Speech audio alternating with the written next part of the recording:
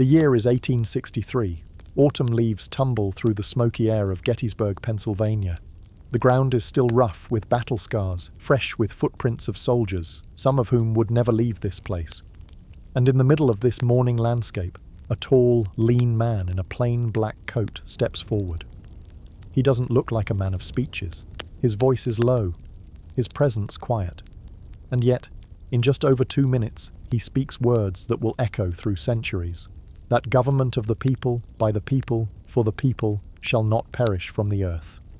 This stillness, this echo, is where we begin.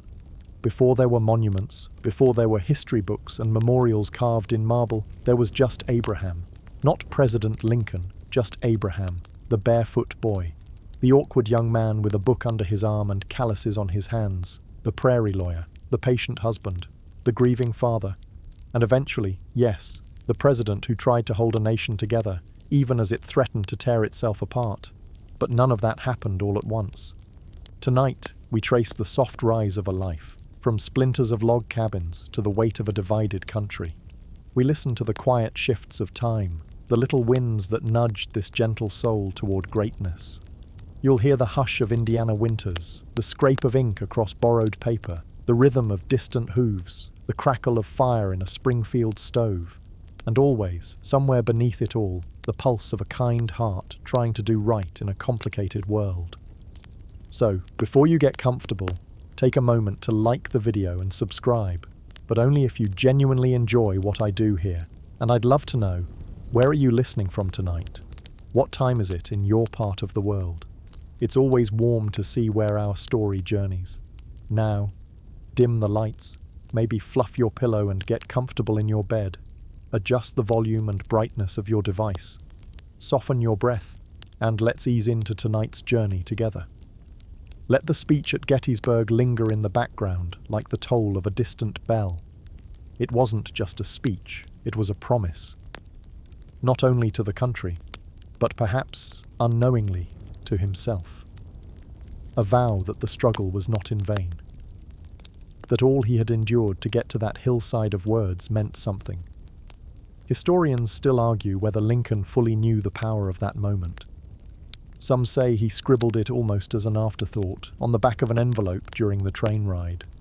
Others insist he had been drafting it for days, whispering phrases to himself between meetings, hearing the music of the words in his head before ever putting pen to paper. And here's a quiet quirk. He wasn't even the main speaker that day. Edward Everett, a former Secretary of State and orator, spoke for over 2 hours. Lincoln? Just 272 words, nay. But those were the words the world remembered. He left the stage, thinking it had been a failure. That speech won't scour, he told a friend afterward, using a farming metaphor from his youth. But it did. Oh, it did. The speech travelled farther than he ever would. It was a moment where time paused, where a weary, war-torn nation listened, and for just a moment, believed again. And so tonight, as we float backward into the mists of Lincoln's life, we begin not with a cradle, but with the summit. From here, we slowly step back, through torn maps and muddy boots, through childhood nights thick with fireflies and solitude, through heartbreaks, failures, love, letters, trials, and slow redemption, through silence, and towards something better. Because sometimes, history doesn't thunder in, it whispers. And tonight, that whisper is Abraham Lincoln's. It was a grey morning in February of 1809 when the first breath of Abraham Lincoln stirred the cold air inside a one-room log cabin in the wilds of Hardin County, Kentucky. The world outside was still half frozen. Chickens rustled in the straw. Smoke curled from a nearby chimney, barely rising before the wind took it. Inside the cabin, just 16 feet by 18, life began for the boy who would one day carry a country on his shoulders. He was born on a bed of wooden slats and corn husks, wrapped in rough cloth, into a family that owned almost nothing. No fancy silverware, no books, not even proper shoes. Just a dirt floor, walls of split logs, and a single window, smaller than most of today's computer screens. His father, Thomas Lincoln, was a carpenter and farmer, hard-working, thick with muscle and quiet judgment. His mother, Nancy Hanks Lincoln, was softer, gentler in her manner, with dark hair and sad eyes. There's a timeless sorrow in the way people talk about her, as if she knew deep down that her time with Abraham would be brief. They named the boy Abraham after his grandfather, who had died in a skirmish with Native Americans years earlier. That old Abraham had also tried to carve a life from the Kentucky woods, and so in a way, the child carried more than a name. He carried hope, and perhaps a bit of a curse too. From the beginning, Abraham was tall for his age, quiet, thoughtful, not shy exactly, but often found sitting alone, tracing patterns in the dirt with a stick while other children played tag or climbed trees. He preferred to listen. He didn't speak much, but when he did, it was careful, deliberate. He watched the sky a lot. He loved animals, especially the ones that others ignored. There's a story about him rescuing a bird that had fallen from its nest. He climbed the tree barefoot, scratched and bruised his legs, but gently placed it back. That may seem like a small act, but some say that one moment, a child helping a creature most would leave behind, says everything about the man he'd become. And yet, for all the sweetness, life was not kind. The Lincolns moved often. Land disputes were common. Thomas lost one property after another to unclear deeds and dishonest claims, so the family packed their sparse belongings and started over again, and again, and again. In these early years, Abraham learned about uncertainty the way most kids learn to count. By the time he was 7, they moved from Kentucky to Indiana, a journey across rivers, forests, and mud-soaked paths. They crossed the Ohio River with their livestock in tow and began hacking a clearing out of the thick woods.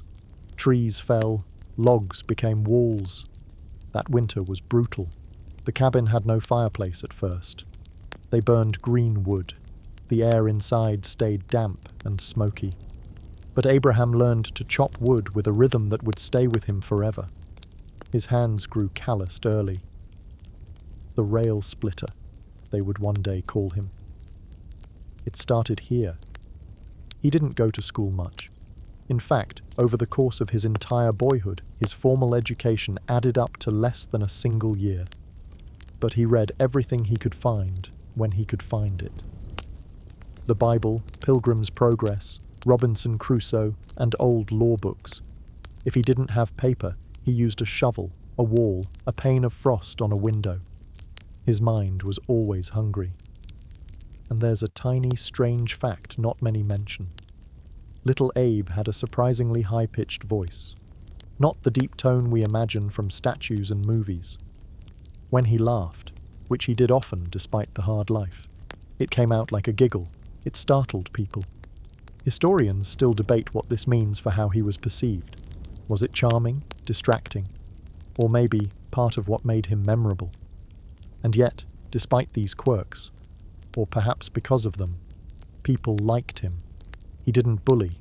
He didn't brag. He helped his mother churn butter. He fixed fences. He carried buckets of water from the creek, day after day. And somewhere in those early years, in the low hum of chores, in the hush of candlelight, something deeper began to stir. He would talk to himself when alone, practice speaking aloud, try on words like clothes, not just reading, but performing. No one noticed it at first, but the seeds were there. The cabin is long gone now. The trees around it have changed. But somewhere, deep in the soil of Kentucky and Indiana, the echoes of those first footsteps still linger. The frost on the window, the creak of a wooden bucket handle, the whisper of pages turning in the night. They all belong to the boy with wide eyes and an old soul, and he is just beginning. If you walk through a clearing in southern Indiana today, just as the light begins to spill like honey through the trees, you might hear it, the whisper of something old. Not words, exactly, more like a presence, a memory clinging to the bark and breeze. Here, in the early 1820s, a tall boy with 2 short trousers and an ever-curious stare wandered through the woods with a book in one hand and an axe in the other. He was barely 10 when he first began reading in earnest. Not because someone told him to, but because it was a way out. Out of poverty, out of obscurity, out of silence. In those days, books were rare in the backwoods, sometimes just one or two in an entire home. But young Abraham Lincoln devoured whatever he could find. Borrowed, bartered, copied. He would walk for miles, sometimes as far as 10 miles each way, just to get his hands on a book. Neighbours remember seeing him stride barefoot along frozen paths, holding a volume of Aesop's Fables or the King James Bible like it was a loaf of bread. Once, after reading Parson Weems's Life of Washington, he recited the entire thing aloud to his family by firelight. Not just the facts, he mimicked the voices, the flair, the rhythm. They say he made even the wooden spoon in his hand seem like a sword. Now here's a little-known detail. When Abraham couldn't find paper, he would take a piece of bark or a wooden plank, blacken the end of a stick in the fire, and write his notes in ash. His stepmother, Sarah Bush Johnston Lincoln, once said, "He didn't write like a boy. He wrote like he was carving something important. In a way, he was." And there's another story, perhaps half true, perhaps completely, that he once borrowed a book from a farmer, but it got soaked during a rainstorm when he had no shelf and the roof leaked. To repay the damage, he worked for the man for 3 days straight, husking corn and chopping wood, just to make things right. Historians still debate whether this tale is real or polished in the telling, but whether factual or fable, it shows something deeper, how seriously he took his word. He once said, "When I do good, I feel good. When I do bad, I feel bad. That's my religion." Simple, like his writing, like his life. In those Indiana winters, nights came early and stayed long. There was no electricity, no lamps unless you made candles yourself. So Abraham often read by firelight, squinting through smoke, his elbows resting on a plank balanced across his knees. The rhythm of his days was always the same. Work, chop, haul, read, think, then repeat. It wasn't glamorous, but it was profound. That constant movement of muscles and mind, that's what shaped him. Even as a teenager, he was unusually strong. He could drive an axe deeper and faster than men twice his age. He once wrestled the town champion and won, not with brute force, but clever footwork and patience, a fact that earned him quiet respect, and a spot in the National Wrestling Hall of Fame much, much later. And yet, he never bragged. In fact, when praised, he'd often just shrug and walk away. But sometimes, when no one was watching, he'd stand on a stump in the woods, pretend he was in front of a great crowd, and deliver a speech to the squirrels and owls.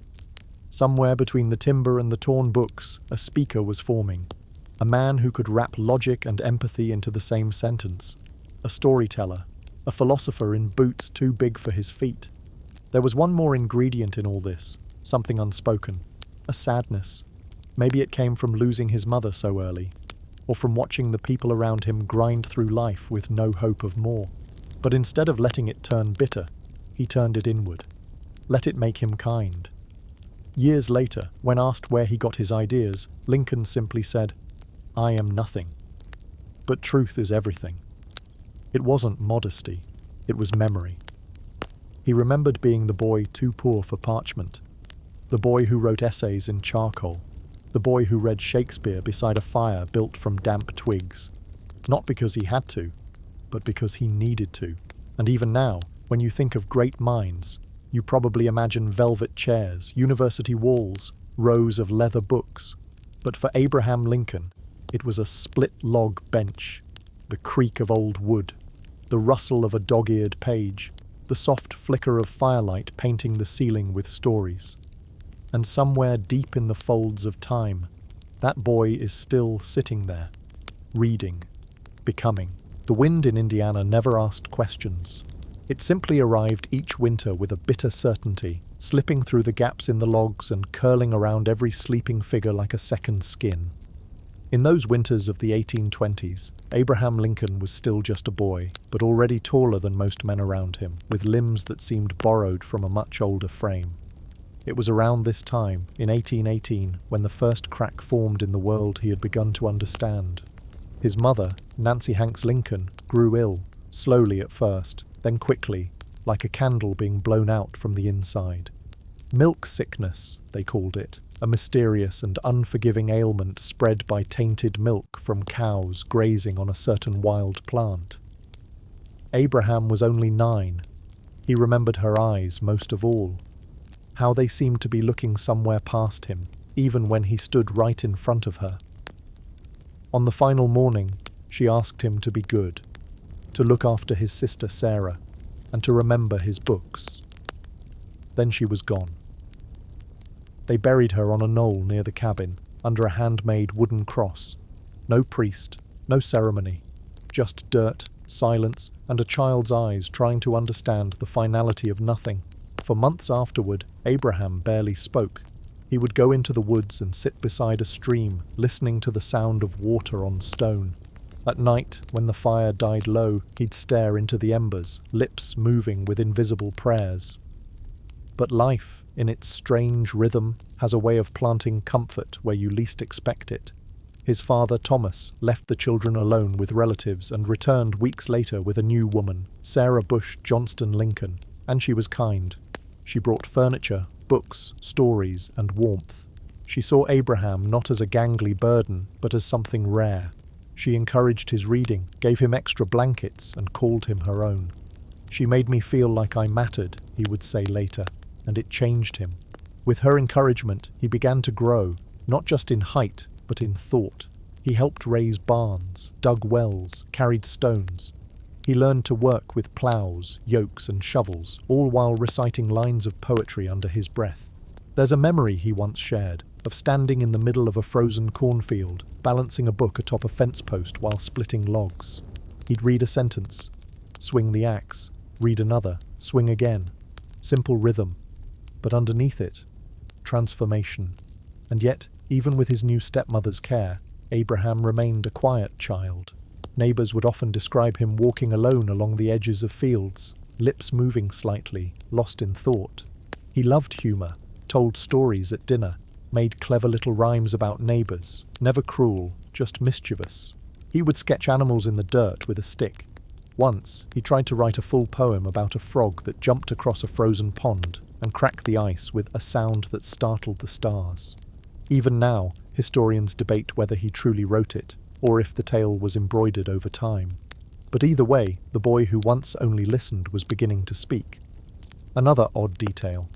Abraham disliked hunting. While nearly every other boy in Indiana carried a musket, he refused to shoot animals unless it was absolutely necessary. He once scolded a friend for tying firecrackers to a turtle's shell. "That creature's never done you harm," he whispered, turning away. He also began to understand human conflict in quiet ways. At age 16, he mediated a dispute between two farmers over a broken fence. With no training, no title, and no script, he listened, paused, then offered a solution that left both men nodding. His sister, Sarah, joked that Abraham was more preacher than ploughman. But it was the long winters, the endless hush between December and March, that did the real shaping. In the firelight, while snow clung to the windows, Abraham studied. He copied down speeches, practiced cursive, listened to the sound of his own voice bouncing off the log walls. He read aloud to anyone who would listen, sometimes even to the mule. Sarah Bush Johnston once peeked into the barn and saw him standing on a barrel, reciting Patrick Henry's "Give me liberty" or "Give me death" speech to a flock of chickens. They scattered, but the boy stayed, eyes closed, rehearsing. The winters came and went. His voice deepened, his shoulders broadened. He grew into his frame and into something more, a quiet knowing that life would always be difficult, but it could still be meaningful. That words, when chosen with care, could build bridges stronger than timber. And that grief never truly leaves.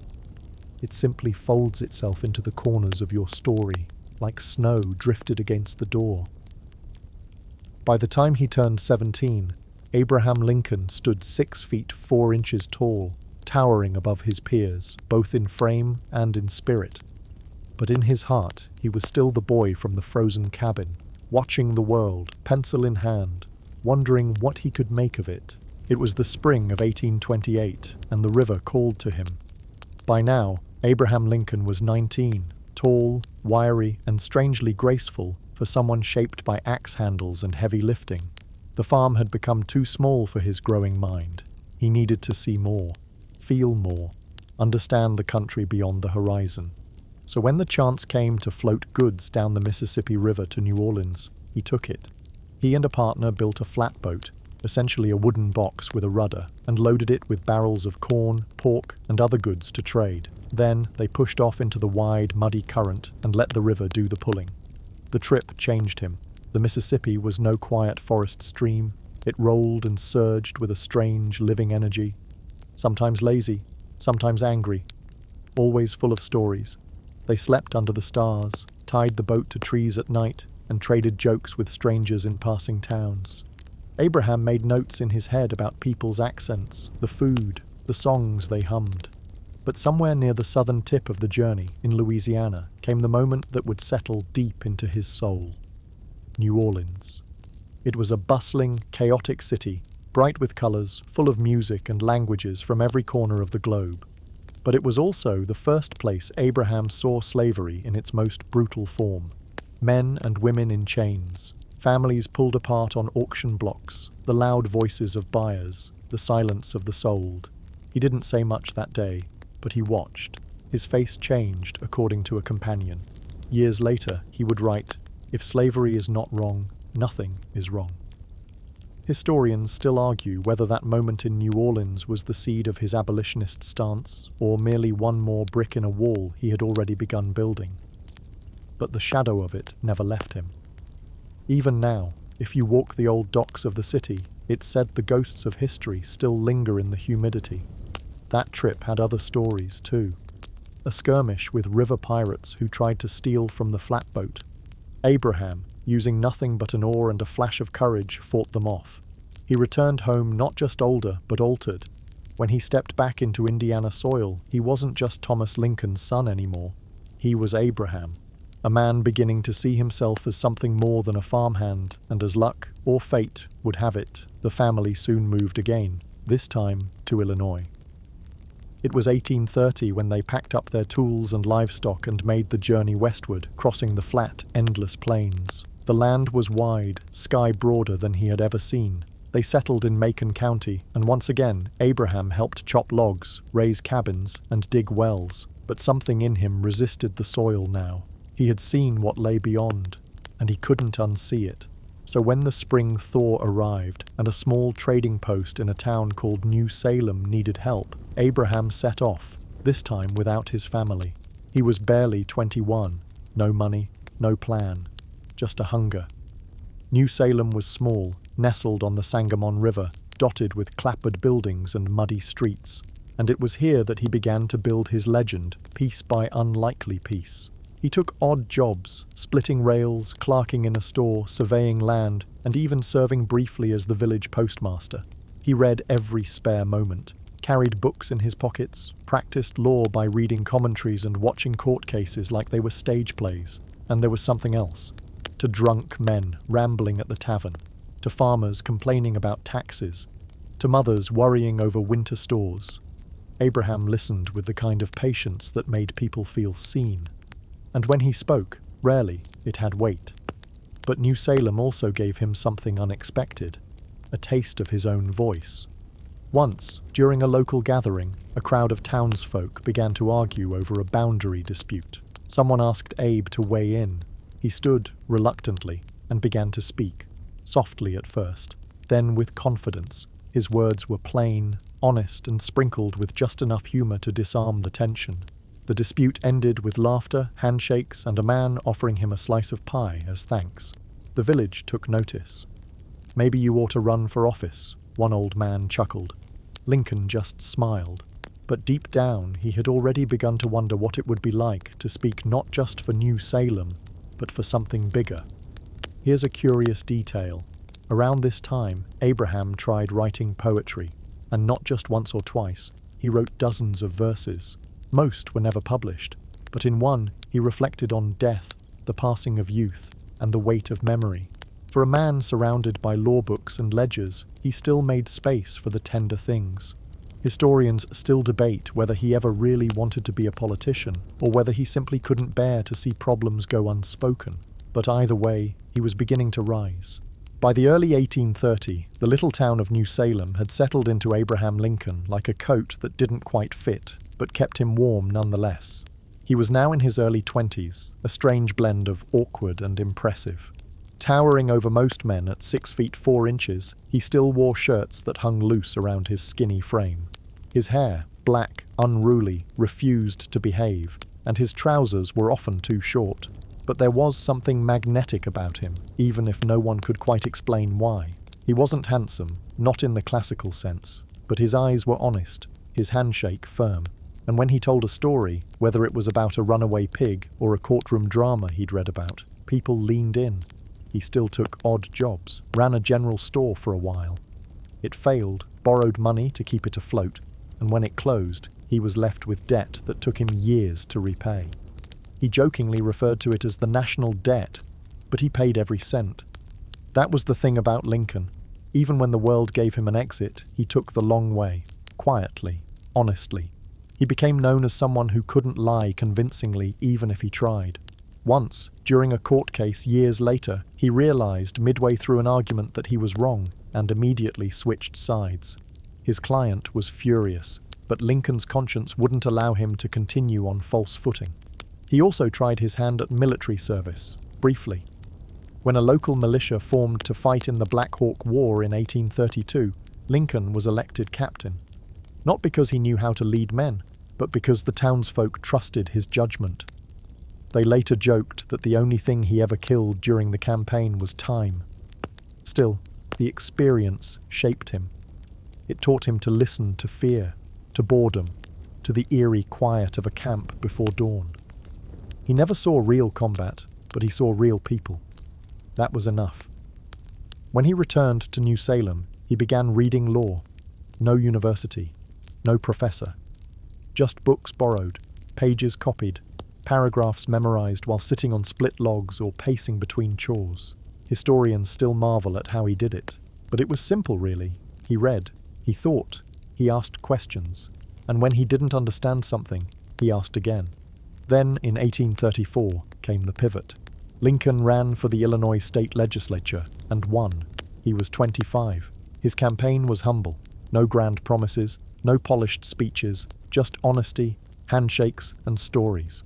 He walked miles to talk to farmers, helped fix fences on the way, wrote letters to people he couldn't visit, and people responded, not with loud applause, but with quiet trust. He served 4 terms in the state legislature and quickly gained a reputation for logic, clarity, and fairness. He rarely raised his voice, but when he spoke, he had a way of making both sides feel heard. One quirky little moment from these years. Lincoln once defended a friend in court who had been accused of assault. His entire defense was just a few sentences long and ended with, "I leave the matter to your judgment, gentlemen, but if I had been there, I'd probably have done the same thing." The jury burst out laughing. The friend was acquitted. That's the thing. Lincoln didn't always argue. Sometimes, he simply made people see. He moved to Springfield in 1837.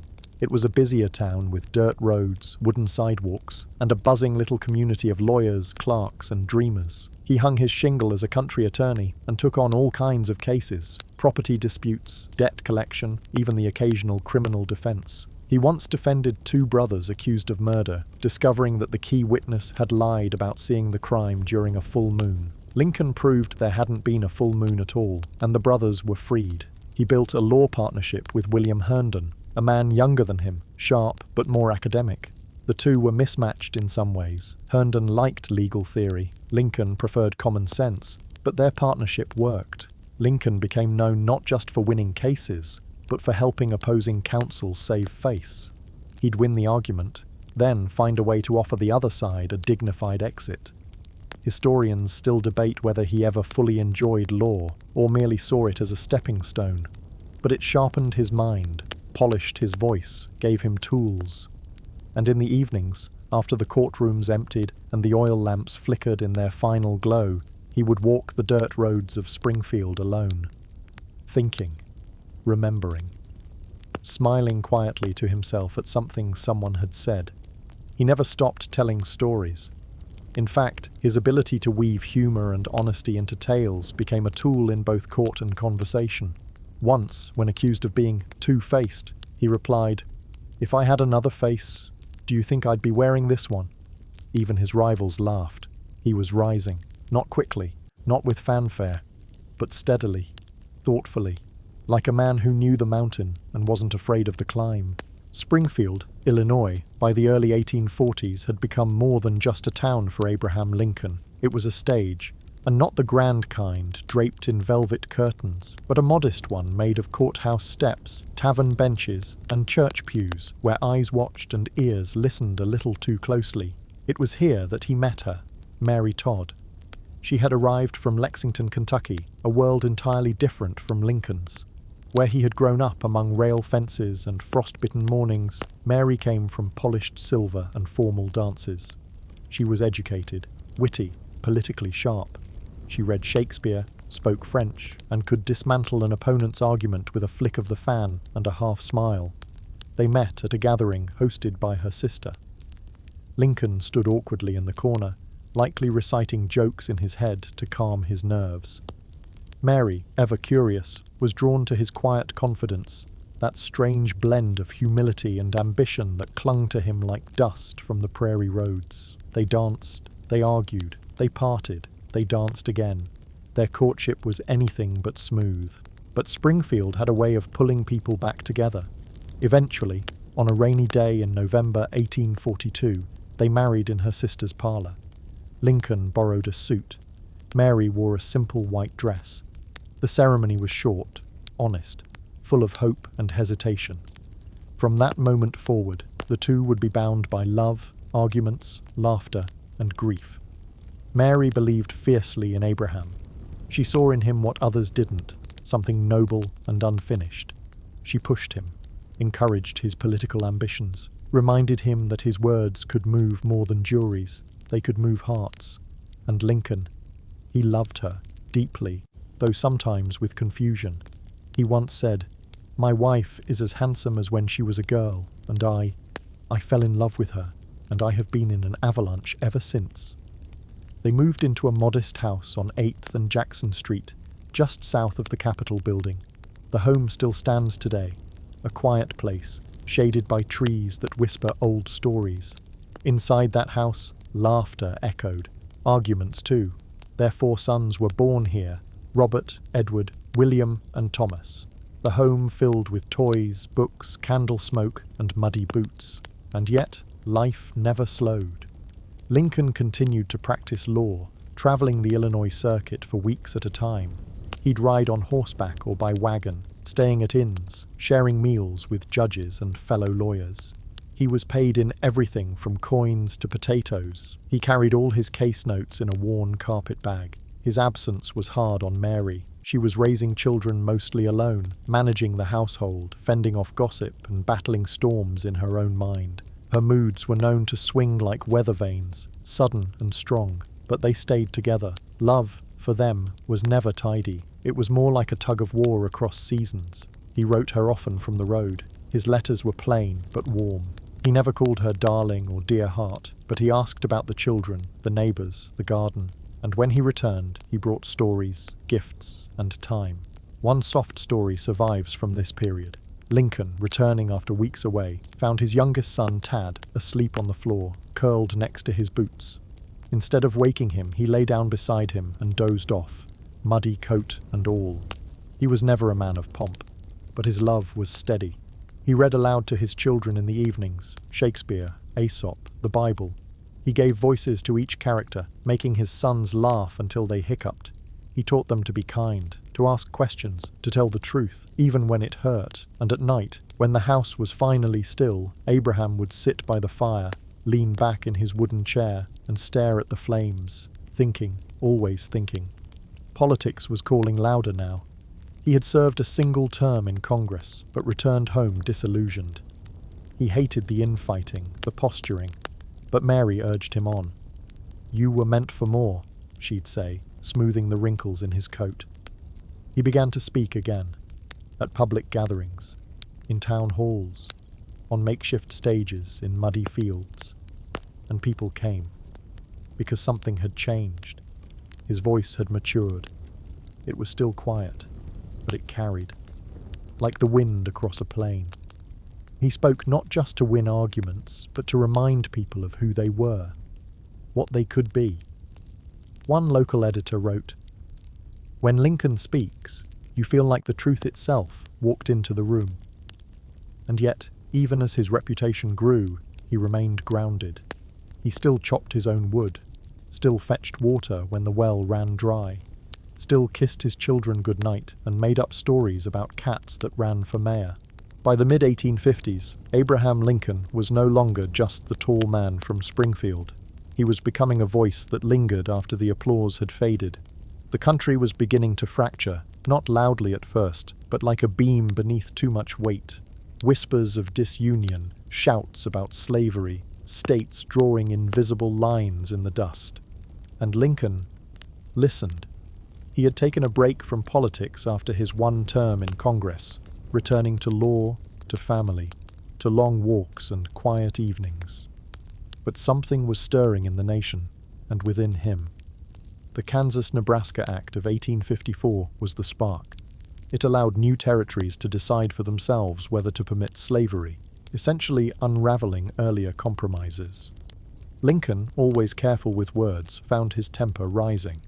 "This," he said, "is a vast moral evil."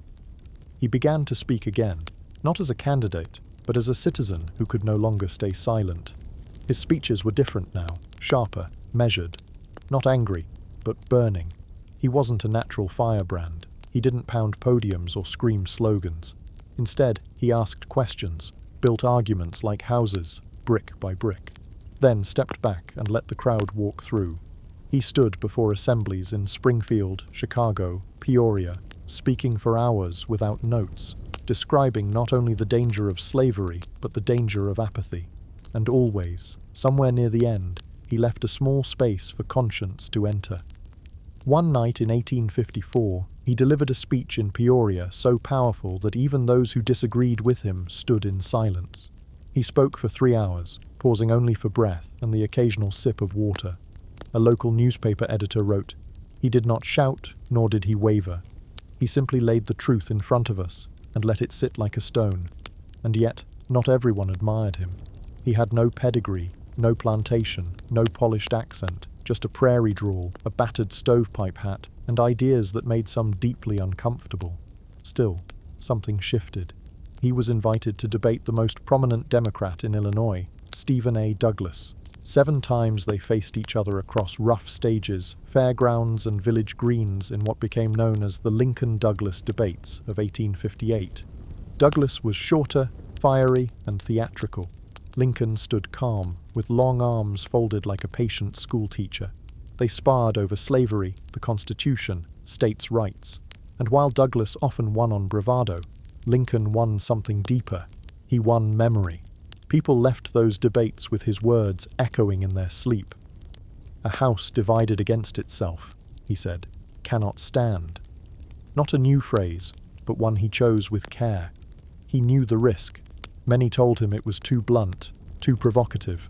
But Lincoln, always sensitive to the weight of silence, had begun to trust his own voice more than the advice of others. He didn't win that Senate race. Douglas kept the seat, but Lincoln's speeches were printed and reprinted across the North. The country began to lean in, just slightly, to the man who had spoken calmly through the rising storm. And here's a quiet curiosity. During these years, Lincoln carried with him not just notes and legal briefs, but clippings of poetry. He was especially fond of a melancholy Scottish poem titled Mortality, which mused on death, time, and the soul's mystery. Sometimes, before writing a speech, he would read it aloud to himself. Historians still wonder what these poems meant to him. Was it comfort, reflection, a secret ritual before speaking? No one knows. But the image of him, tall, alone, whispering poetry into the lamplight, is haunting in its own way. Back home, Mary watched his growing fame with a mixture of pride and worry. She encouraged him, pressed him forward, polished his public image, but also feared what lay ahead. Politics was not safe ground, and Lincoln's views were sharpening against a blade no one could yet see. Still, she kept the house warm, helped prepare notes, managed visitors, listened to speeches with eyes wide and lips pressed. The children, too, were growing. Robert, the eldest, was now a serious young man. Tad and Willie, still boys, filled the halls with footsteps and questions. Lincoln adored them, found peace in their laughter, and a kind of unspoken strength in the sound of them breathing peacefully at night. But beneath it all, the country was changing. States whispered secession, tempers frayed. Even the air seemed tighter, and Lincoln, though still a private man, began to feel the weight of a larger calling. He once told a friend, "I must stand with those who stand right, even if I stand alone." It was not a boast, just a fact. He still returned to the courtroom, still walked the same muddy roads, still split wood when needed. But now, when he looked in the mirror, he no longer saw just a lawyer or a husband or a storyteller. He saw someone who might be needed. And the winds of history, soft but growing, began to gather at his back. The year was 1860, a year that shimmered on the edge of chaos. And in a modest two-story home on 8th and Jackson Street in Springfield, Abraham Lincoln stood at a small wooden writing desk. The sunlight filtered through gauzy curtains. A child's toy lay forgotten near the hearth. And on the desk, a letter. He was being asked, officially, to accept the Republican nomination for President of the United States. Lincoln, now 51, read the words slowly, then read them again. He didn't leap for joy, didn't punch the air or run through the streets. He simply folded the letter, placed it on the corner of the desk, and sat down in the nearest chair, silently. Mary, watching from the doorway, saw it happen. The moment something cracked open inside him, something that would never close again. It was an unlikely nomination. He had never governed a state, had only served one term in Congress. He had no military record, no Southern alliances, no elegant speaking style. But what he had was something far rarer. People believed he meant what he said. That year, at the Republican convention in Chicago, Lincoln wasn't the favorite. He was the dark horse, a phrase still used today for candidates who come from the shadows. His name was barely on the first few ballots, but support swelled, quietly, like a tide. By the third ballot, the floor erupted. He had won. Mary wept. Some neighbors cheered, others whispered behind closed shutters, because the nation was already tearing itself in two. 7 states had promised to secede if a Republican, any Republican, was elected. And here stood Lincoln, tall and solemn in his best black coat, reading congratulatory telegrams in one hand and threats in the other. He didn't gloat. Instead, he looked out the window, beyond the town, to the rail lines and empty fields, and said, "There's trouble coming." In November of 1860, he was elected, without a single electoral vote from the South. It was unprecedented. And it meant war was no longer a whisper, it was breathing down the nation's neck. Historians still argue whether Lincoln could have prevented it, softened it, delayed it. But those who knew him said he spent the days after the election walking more than usual. Long walks through alleys and pastures, tipping his hat to children, staring at the horizon with a face like stone. And yet, even in this heavy season, there were small quirks. He refused to hire bodyguards, even after threats began arriving daily. He insisted on answering his own front door. When reporters came, he'd greet them barefoot, then apologize for the untied laces. When one visitor exclaimed, "You don't look like a president," Lincoln grinned and replied, "I didn't know presidents had a particular look." Then came the journey to Washington. A train ride across multiple states, planned carefully but shadowed with danger. Crowds gathered at every stop. Some cheered, some cursed. Lincoln waved from the platform, gave short speeches, thanked people for their hopes, but always kept his eyes moving. In Baltimore, a plot to assassinate him was uncovered. He was quickly rushed through the city in disguise, wrapped in a shawl, hat pulled low, arriving in Washington before dawn. Some mocked him for it, called him cowardly, but the truth is, he had never feared for himself, only for the Union.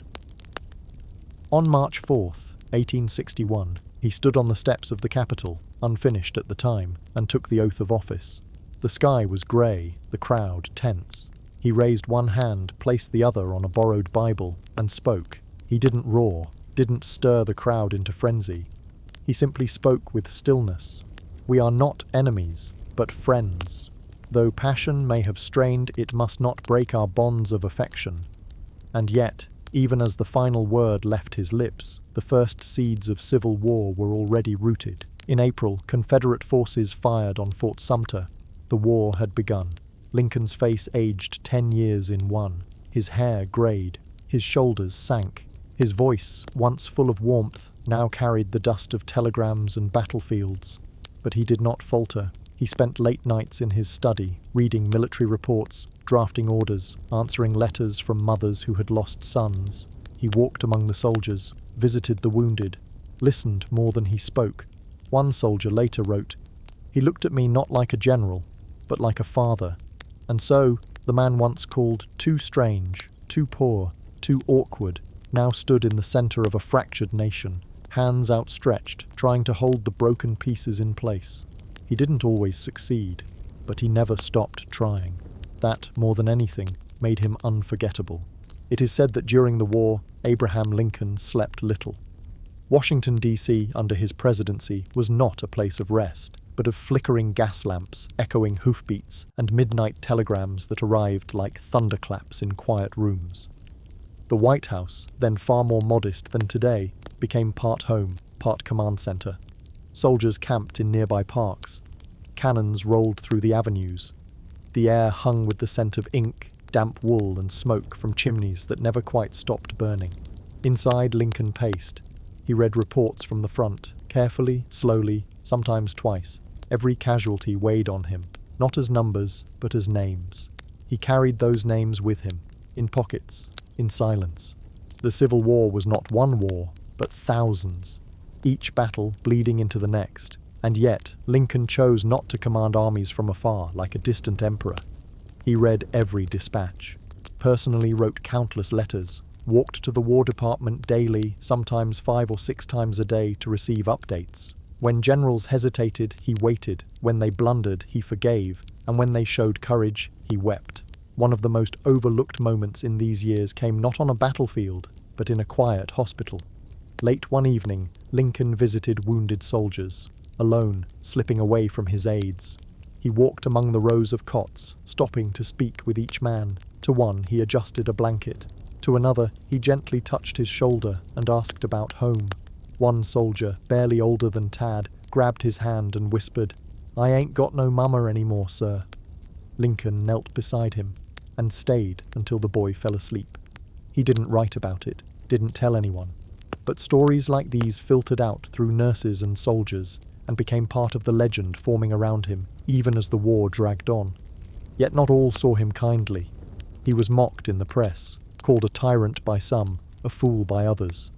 Cartoons exaggerated his features, his lanky frame, his deep-set eyes, his unruly hair. But he didn't respond. He often joked about it instead. "Better to be silent and thought a fool," he once said, "than to speak and remove all doubt." He clung to humor like a lantern in a cave, and when the weight of the presidency grew too heavy, he told stories. Funny ones, bizarre ones, tales of frontier life, courtroom mishaps, even chickens getting stuck in fence posts. Cabinet members would groan, Mary would scold, but Lincoln would smile. Just slightly, because he knew what too much seriousness could do to a man's spirit. Behind his eyes, though, something deeper always lingered. Each decision meant lives, and the decisions were endless. Should slaves be allowed to join the Union Army? Should generals be fired for retreating? Should prisoners be exchanged? Should the Emancipation Proclamation be issued now or wait? He debated these questions not with thunder, but with thought, with long walks in the garden, with letters written late at night, with conversations that began with sighs and ended in silence. It's a little-known fact that Lincoln had dreams, vivid, often symbolic. In one, he dreamt of drifting alone across a vast sea in a strange ship, its sails white as snow. He shared the dream with his cabinet before major decisions. Some say he believed they meant something. Others say he was simply trying to understand the immensity of what surrounded him. Historians still debate how deeply spiritual he truly was. He rarely mentioned church, never joined one, but his speeches and letters grew increasingly rich with biblical cadence, echoes of justice, mercy, and sorrow stitched into every phrase. He carried a worn Bible with him everywhere. Sometimes he read it aloud to himself before sunrise. One night, as the war stretched into its third year, he was overheard whispering these words from Psalms. "The Lord is my refuge and my strength, a very present help in trouble." And yet, even as he sought refuge, his own house was unraveling. Mary, devastated by the loss of their son Edward years earlier, began to withdraw from society. And when their third son, Willie, bright, beloved, full of song, died in 1862 of typhoid fever, she collapsed into grief. She wore black for months, would not leave her room, refused to let anyone touch Willie's things. And Lincoln, burdened with the war, now carried the weight of a grieving wife and two confused children, Tad and Robert, who looked to him for comfort even as his own heart bled quietly. He never wept in public, but those close to him said his eyes often glistened without ever spilling over. Once, after a long meeting, he opened a drawer in his desk, took out one of Willie's drawings, and held it for several minutes without a word, then folded it gently and put it away. This, too, was war, the kind that cracks inside the soul. Still, he kept going. The room was quiet. It was January 1st, 1863, and Abraham Lincoln sat alone for a moment in his study, the Emancipation Proclamation resting before him like a stone waiting to be lifted. His right hand trembled slightly, not from fear, but from exhaustion. He had shaken hundreds of hands earlier that day at the New Year's reception. The tendons in his fingers were tight and sore. He worried that if he signed now, the quiver in his hand would make the signature look hesitant, and so he waited. Then, with calm breath and steady resolve, he dipped the pen, bent over the paper, and wrote, "By the President of the United States of America, a proclamation." And with that stroke, more than 3 million enslaved men, women, and children in Confederate-held territory were declared free. It was a moment that had been years in the making, and yet the proclamation was not perfect. It did not end slavery across the entire nation. It applied only to those in rebellion, not the border states. It was a wartime measure, more symbolic than enforceable in many areas. But it mattered. It mattered deeply, because symbols can move hearts, and words, once written, can move armies. Historians still argue whether Lincoln's moral stance had evolved gradually, or whether he had always believed in emancipation, but bided his time. The truth likely lives somewhere in between. What's certain is this: by signing the document, he changed the very meaning of the war. It was no longer just about preserving the Union. It was now about human dignity, freedom, a nation reborn, and it came at a cost. Lincoln knew the political gamble he had taken. Northern Democrats raged. Even some Union soldiers wrote home, unsure whether they still supported the cause. But others, especially among the enslaved, began to dream in color again. That spring, Frederick Douglass visited the White House. The two men sat across from one another, each changed by the years, each carrying different wounds, but meeting as equals. They spoke of war, justice, and the long road still ahead.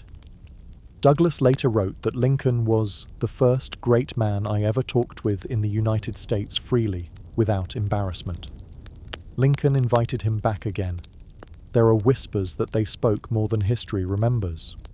That Douglass offered him more than advice, he offered clarity. In the months that followed, African Americans were officially allowed to enlist in the Union Army. By war's end, nearly 200,000 black soldiers had served, and though they were often given the worst equipment, the lowest pay, and the most dangerous assignments, they fought with a purpose few others could understand. One such unit, the 54th Massachusetts Infantry, would later be immortalized in film and song. But to Lincoln, every soldier mattered equally. He once stood on a small hill overlooking a training ground, watching a group of black recruits drilling in the morning sun. "They have truly taken up the cause of their own liberty," he murmured to a friend beside him. "That is sacred." Meanwhile, the war churned on. The year 1863 brought both triumph and torment. Gettysburg, Vicksburg, thousands more lives swallowed by the soil. But Lincoln never stopped speaking, never stopped writing. One of his most moving letters came in November of that year, after a mother named Lydia Bixby lost 5 sons in the war. Lincoln's letter to her is short, only a few paragraphs, but it has become one of the most profound notes of sorrow ever penned. He wrote of the solemn pride that must be yours to have laid so costly a sacrifice upon the altar of freedom. And then quietly, he signed it, A. Lincoln. There's some debate among historians whether he actually wrote the letter or if it came from his secretary, but either way, it bore his name and his spirit, and that was enough. During these years, people often lined up outside the White House just to catch a glimpse of him. He would step out, tip his hat, offer a joke, ask about someone's children, then disappear back inside to face another impossible day. One soldier later said, "When he looked at you, it was like he saw everything, and forgave it." He was weary now, taller than before somehow, thinner, his face carved by care, but his mind was clearer than ever. He began planning a second term, not for glory, but because he believed the work was not yet done. He knew the war would end, but peace, real peace, would require more than parades and papers.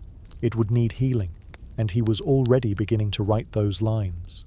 Lines about mercy, lines about rebuilding, lines that would one day appear in the most poetic speech ever given by an American president. But that would come later. For now, he folded the Emancipation Proclamation once more, placed it in the drawer, and walked to the window. Outside, the trees were bare, but somewhere beneath the earth, something had already begun to bloom. The war outside may have begun to turn, but inside the walls of the White House, a quieter battle played out, one that wore no uniform, left no maps behind, and claimed no headlines. It was the battle of the Lincoln family. In February of 1862, the light in their home dimmed. It began with a fever. Their son, Willie, just 11 years old, had fallen ill. Typhoid, they said, carried by the tainted waters that flowed through the capital's open gutters. Washington was still part village, part battlefield, and its sanitation lagged behind its politics. Willie had always been Lincoln's favorite, bright, curious, tender-hearted. A child who, unlike his more mischievous brother Tad, seemed born with his father's inward soul.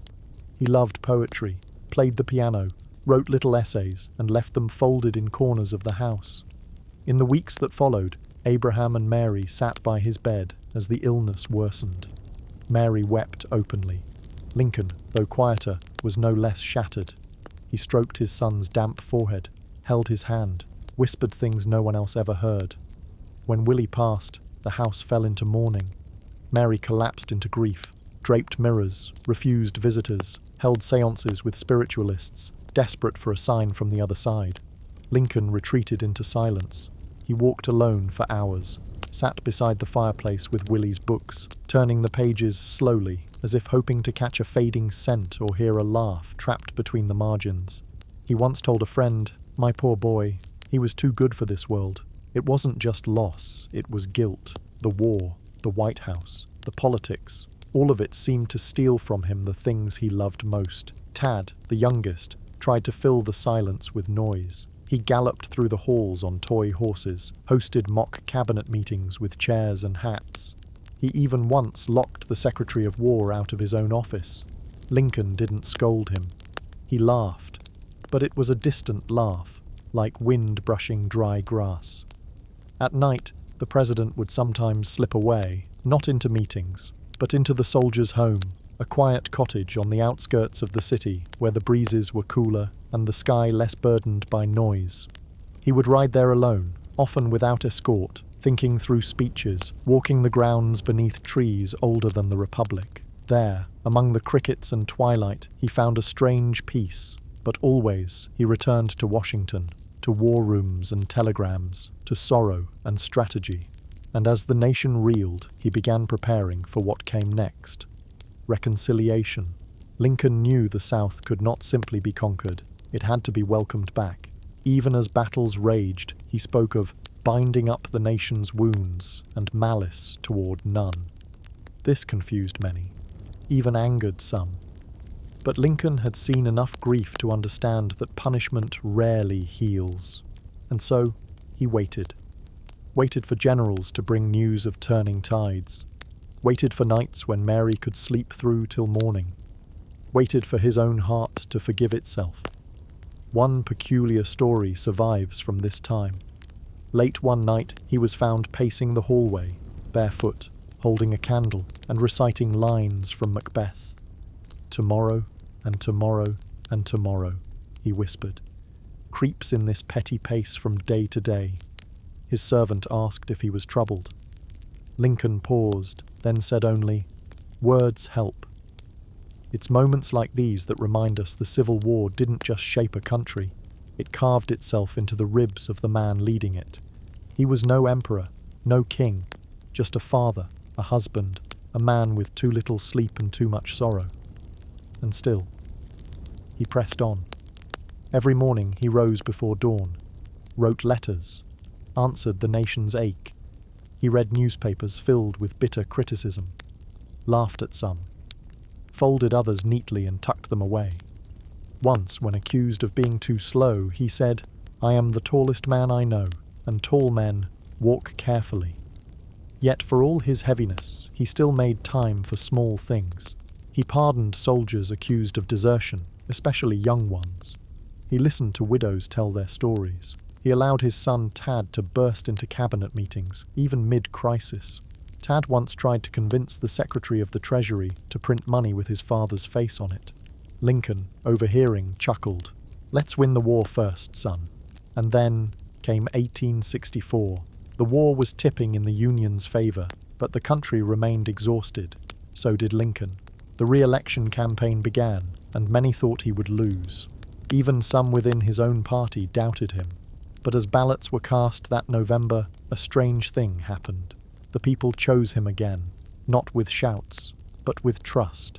Because though he looked older, though his hands trembled and his eyes sagged, he had become something rare, a leader not of force, but of steadiness. And as he stood before the crowds again, preparing for another term, he reached not for victory, but for grace. March 4th, 1865. The sky hung low over Washington, thick with spring mist.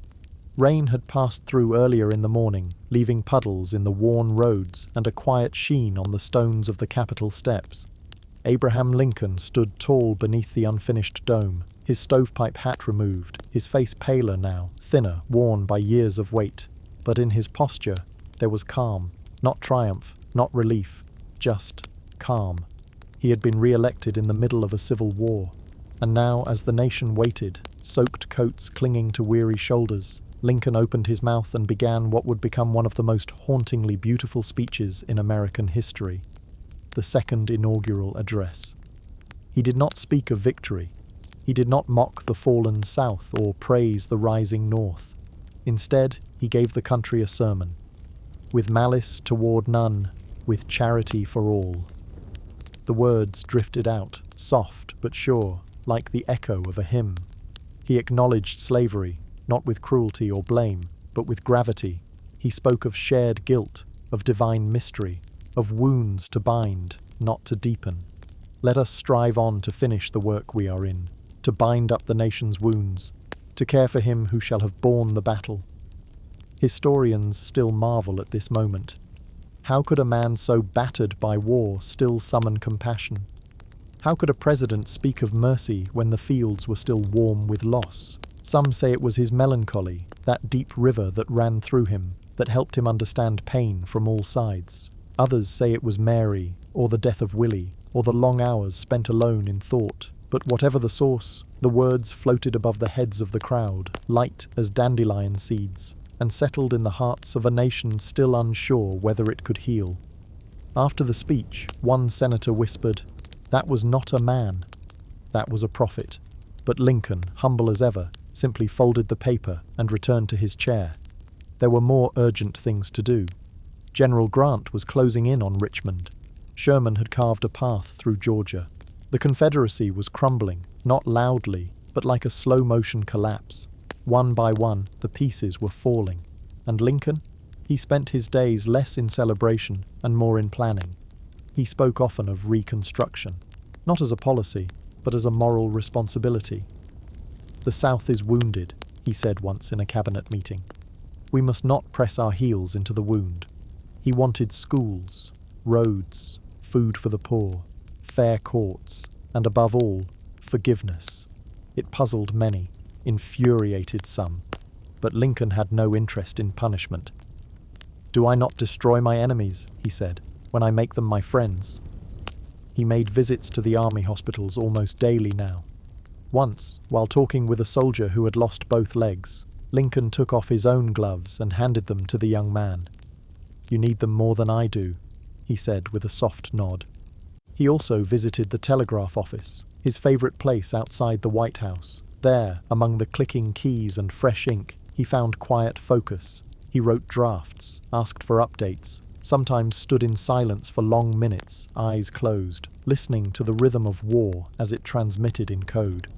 Here's a small curiosity. Lincoln was the first US president to use the telegraph extensively. He treated it almost like a diary, writing urgent thoughts, waiting for answers in dots and dashes. He had become a man of both parchment and pulse. And still, the war inched toward its end. One morning, while Mary was reading the paper aloud at breakfast, Lincoln interrupted her and said, "We are almost through with our sorrow." It was the first hopeful thing he'd said in weeks. And it would not be the last, because just days later, something extraordinary happened. He received word that Richmond, the Confederate capital, had fallen. The war's heart had stopped. Lincoln, unable to contain himself, decided to travel there.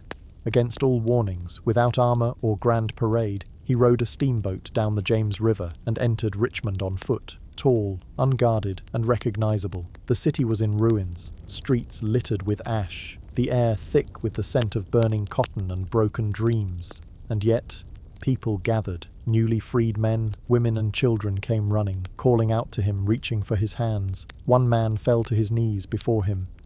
Lincoln, startled, gently placed his hand on the man's shoulder and said, "Don't kneel to me.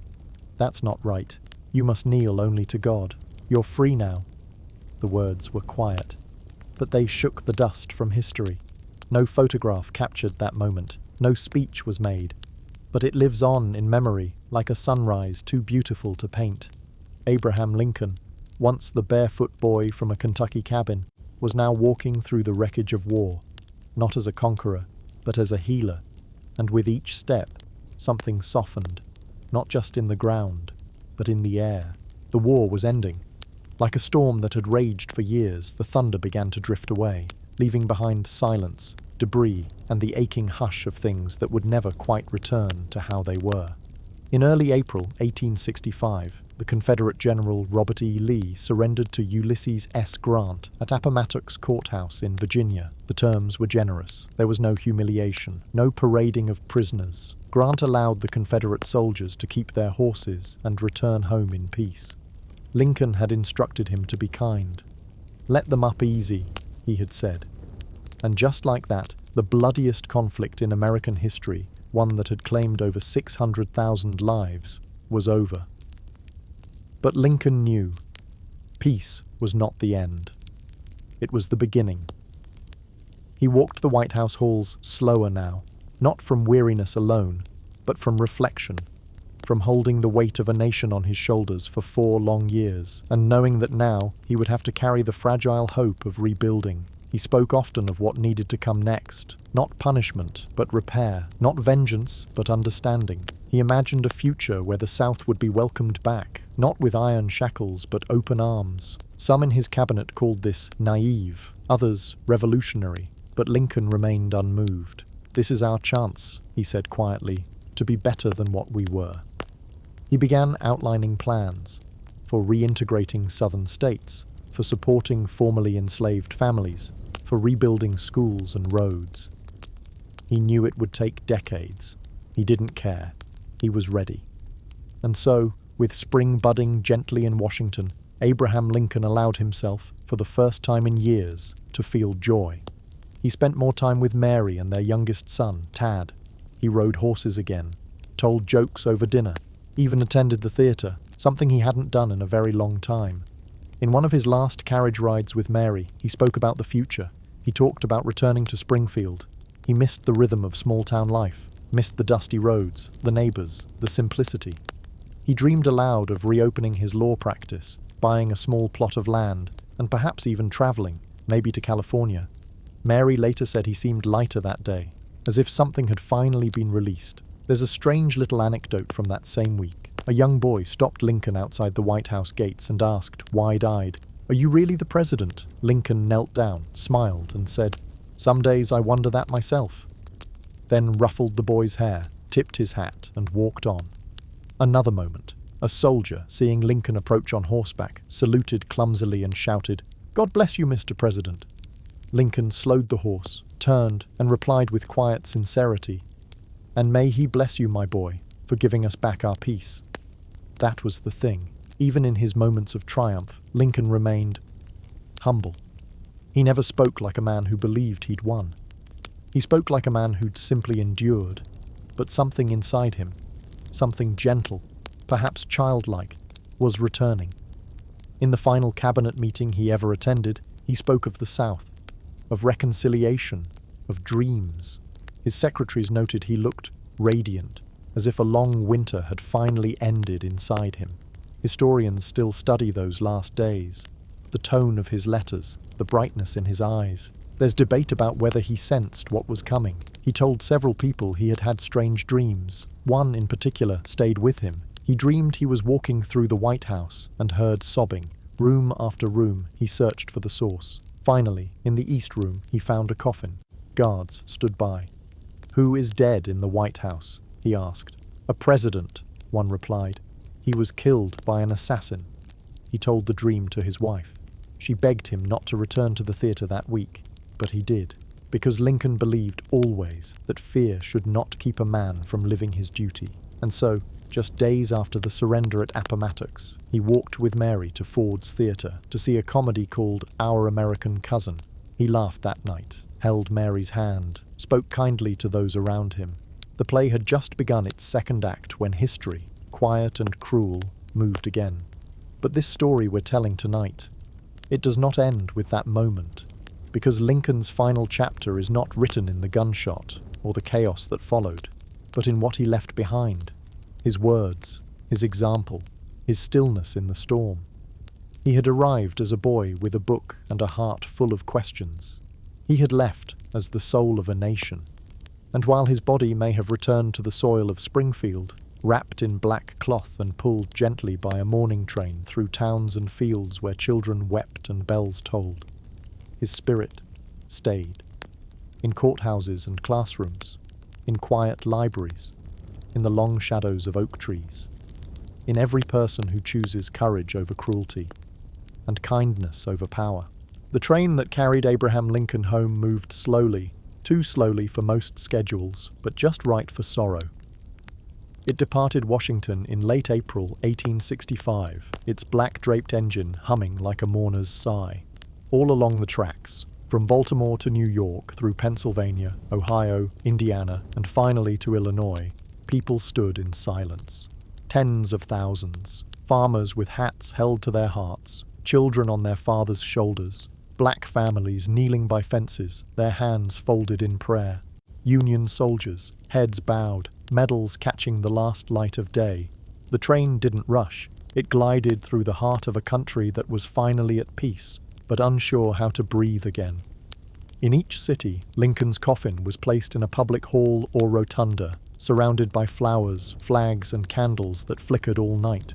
People waited in line for hours to pass by. Some wept quietly. Others simply stood and looked. It wasn't just a body they mourned. It was the soul of something, gentle, steady, unshakably kind.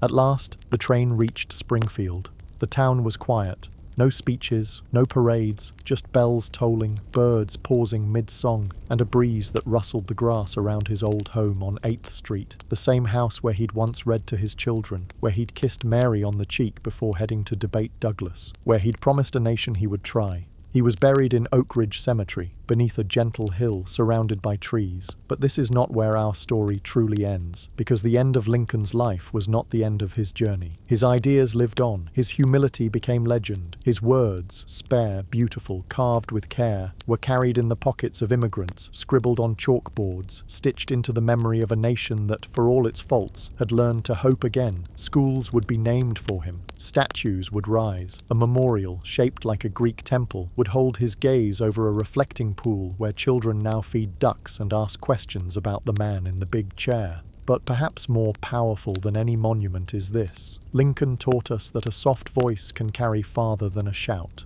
That strength lies not in fists, but in forgiveness. That leadership is not about being the loudest, but about listening first.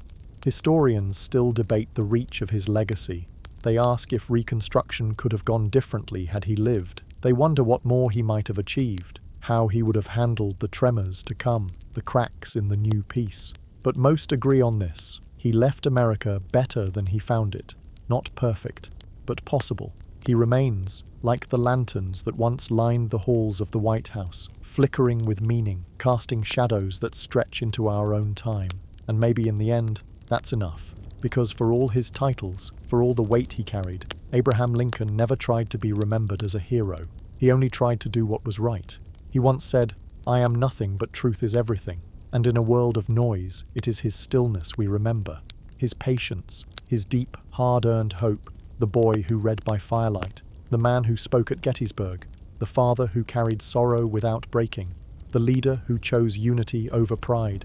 He never finished his work, but perhaps we were never meant to finish it alone. We carry it now, and we walk, step by thoughtful step, along the path he cleared.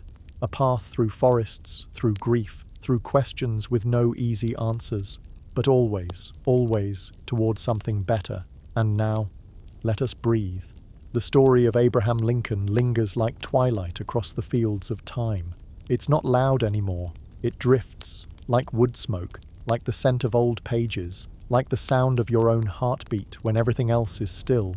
You can almost hear the creak of a rocking chair in Springfield, the distant tick of a clock in the corner of his study, a child's laughter fading down the hall. These sounds are not gone, just softened, because history never truly leaves us. It settles into the quiet places, waiting to be felt, not just told.